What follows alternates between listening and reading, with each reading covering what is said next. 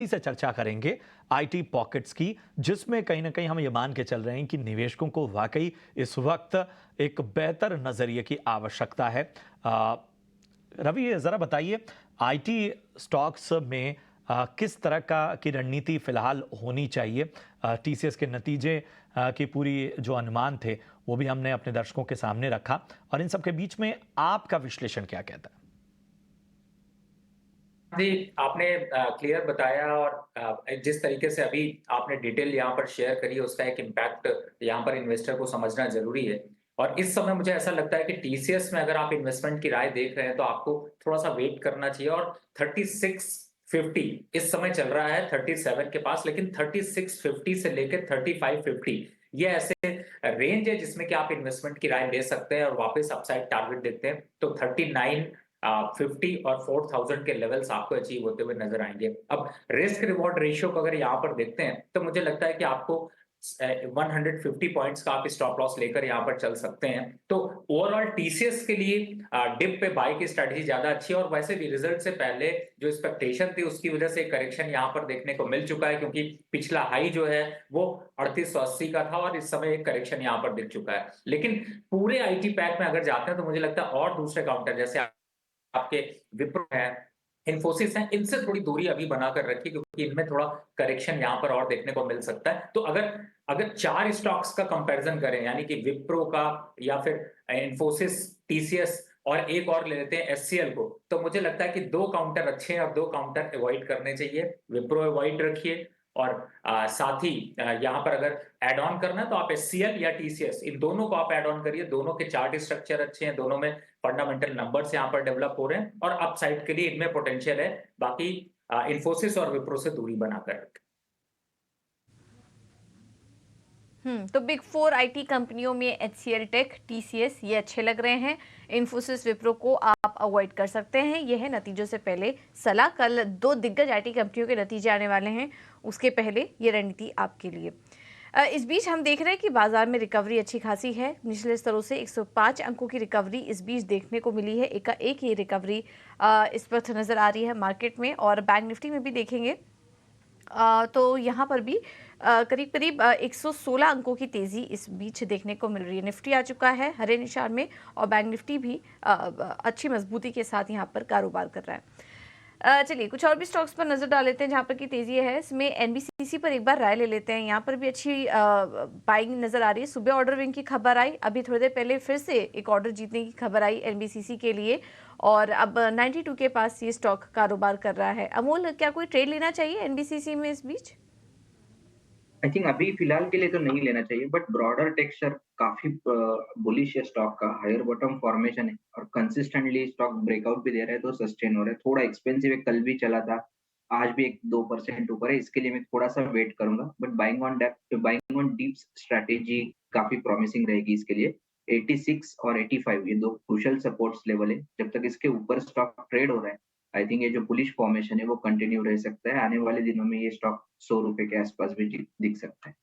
भरपूर है मार्केट्स में, क्योंकि आज निफ्टी बैंक की जहां पे एक्सपायरी की बात करें तो वहां पे उस इंडेक्स में ज़बरदस्त आप तेज़ी देखेंगे। अभी पिछले आधे घंटे में हमने देखा कि निचले स्तरों से रिकवर भी हुआ और अब करीब 125 अंकों की तेज़ी निफ्टी बैंक दिखा रहा है। तो एक रिवर्सल आता हुआ मार्केट्स में और उसी के साथ साथ निफ्टी में भी जहां पे हम एक पॉइंट पे कमजोरी देख रहे थे, एकाएक एक फॉल आया था, निफ्टी भी अब रिकवर करता हुआ दिख रहा है और लगभग सपाट वहां पे ट्रेड है। और Adani enterprise, Cipla, HCL tech, ICICI bank, इन सभी ने अपनी जो लीडरशिप है वो बरकरार रखी हुई है। हालांकि अगर दूसरी साइड देखें तो कुछ पीएसयू काउंटर्स में आज नरमी जरूर है। एनटीपीसी, ओएनजीसी, बीपीसीएल, इन सभी में गिरावट फिलहाल हम देख रहे हैं। तो देखना ये इंपॉर्टेंट होगा कि कैसे सेकेंड हाफ में शॉर्ट कवरिंग का सहारा मिलता है दोनों ही इंडेक्सेस को। और हमारे दोनों ही एक्सपर्ट्स हमारे साथ मौजूद भी हैं, रवि और साथ ही अंशुल। पर रवि, एक बार आपसे समझना चाहेंगे जो एकाएक एक रिवर्सल आया है खास तौर से निफ्टी बैंक में, इसे कैसे देखते हैं आप और क्या सेकेंड हाफ में थोड़ी और तेजी की उम्मीद की जाए?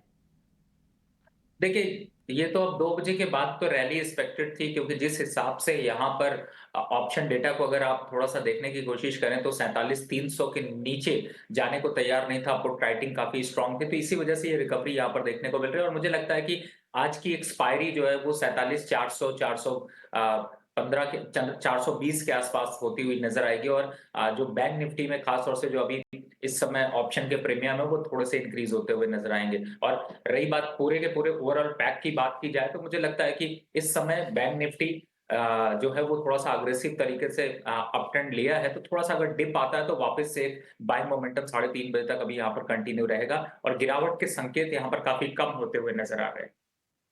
बिल्कुल, तो ये है नज़रिया फिलहाल इंडेक्स पर आता हुआ रवि जी की तरफ से। ज़रा फोकस करेंगे ऑटो एंसिलरीज पे। यहाँ पर हम देख रहे हैं कि मुंजाल शोभा में लगभग कह सकते हैं 10.5% की तेज़ी यहाँ पर नज़र आ रही है। इसके अलावा मुंजाल ऑटो में भी 7.5% के करीब तेज़ी है। व्हील्स इंडिया, रिको ऑटो, यहाँ पर भी 3% से ज़्यादा की तेज़ी नज़र आ रही है। अमोल, ज़रा बताइए क्या नज़रिया आपका ऑटो एंसिलरीज पे? मुंजाल आई थिंक 164 के आसपास से 10% का रैली कर चुका है। ओवरऑल इसका फॉर्मेशन टेक्सचर अभी भी ब्रेकआउट का जो है और वो कंटिन्यू रह रहा है। मुझे अभी तो कोई फिलहाल चांसेस लगते नहीं है कि बड़े रिवर्सल के, बट एक ट्रेंड फॉलोअर जो भी ट्रेडर्स है, आई थिंक 159 158 ये एक सपोर्ट, अहम सपोर्ट लेवल का काम करेगा। और उस जब तक उसके ऊपर रहता है आई थिंक ये जो ब्रेकआउट टेक्सचर है वो कंटिन्यू रहेगा। On the higher side I think मुझे लगता है 170 175 तक ये स्टॉक जा सकता है। और एक अगर मैं देखता हूँ तो एक मदरसन सुमी, अगर मैं मदरसन देखता हूँ तो 105 का एक सपोर्ट निकल के आ रहा है। इसमें भी एक बुलिश टेक्सचर है। ये जब तक इसके ऊपर रहता है आई थिंक इसका पॉजिटिव जो टेक्सचर बना हुआ है वो कंटिन्यू रह सकता ठीक है, तो ये है सलाह स्टॉक पर 170 175 तक के लेवल्स यहाँ पर देखने को मिल सकते हैं। Overall view auto ancillary space पर कुछ चुनिंदा मिड कैप इंफ्रा स्टॉक्स में भी अच्छी तेज़ी हम देख रहे हैं। एनसीसी, पीएनसी इंफ्रा, ये कुछ ऐसे स्टॉक्स हैं जहाँ पर कि अच्छी तेज़ी इस वक्त बन रही है। एनसीसी इस वक्त देखिए 8% ऊपर अब आ चुका है। क्या कोई ट्रेड लेके जाना चाहिए इन दोनों स्टॉक्स में से कहीं, या फिर कोई और इंफ्रा स्पेस जो आपको पसंद आ रहा हो अमूल ट्रेड करने के लिए? एनसीसी काफी टेक्सचर बुलिश था, मतलब अच्छा टेक्सचर था और सुबह में ही जो ब्रेकआउट दिया उसी टेक्सचर को स्टॉक ने कंटिन्यू किया है। इंट्राडे में भी हायर हायर बॉटम फॉर्मेशन है और मार्केट टेपिड मार्केट कंडीशन में भी स्टॉक ने आउट परफॉर्म किया है। सो ब्रेकआउट को अगर मैं फॉलो करता हूँ तो एनसीसी के साथ जाना चाहूंगा। 185 186 के सपोर्ट से थोड़ा एक्सपेंसिव है स्टॉक, बट 185 186 के ऊपर रहता है तो ये जो ब्रेकआउट टेक्सचर है वो कंटिन्यू रह सकता है। और गोइंग फॉरवर्ड आई थिंक 200 तक ये स्टॉक रैली करने के चांसेस काफी ज्यादा है। ठीक है, तो एनसीसी को लेकर ये नज़रिया। पर अब नतीजों का सीज़न चालू होने वाला है। तीसरी तिमाही के नतीजे बड़ी कंपनीज़ के कल से ही आना शुरू हो जाएंगे। तो चलिए आपको बताते हैं कि इस बार तीसरी तिमाही में एनबीएफसी कंपनियों से क्या कुछ उम्मीद की जाए, कौन से स्टॉक्स फोकस में रह सकते हैं, कौन से सेगमेंट्स अच्छा प्रदर्शन कर सकते हैं।